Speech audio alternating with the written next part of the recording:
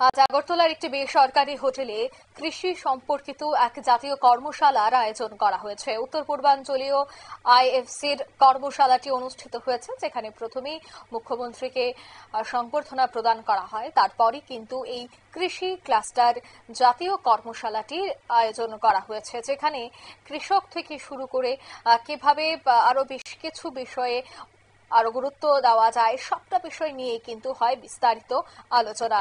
বিশেষ করে আজকের এই কৃষি ক্লাস্টার জাতীয় কর্মশালায় গুরুত্বপূর্ণ বিষয়গুলি নিয়ে কিন্তু আলোচনা করা হয়েছে এবং আগামী দিনে সে বিষয়গুলিকে কিভাবে আরো এগিয়ে নিয়ে যাওয়া যায় তার উপরও কিন্তু জোর দেওয়া হয়েছে। কি বলছেন মুখ্যমন্ত্রী, শোনাবো।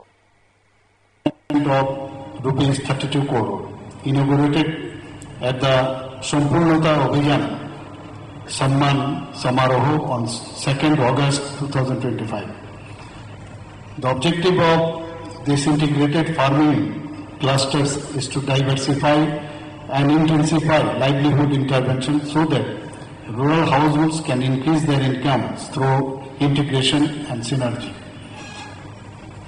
Each IFC will cover around 250 to 300 small and marginal farmers, and they are linked with livelihood service centers and which provide quality seeds, natural fertilizers, equipment, irrigation facilities and better market access.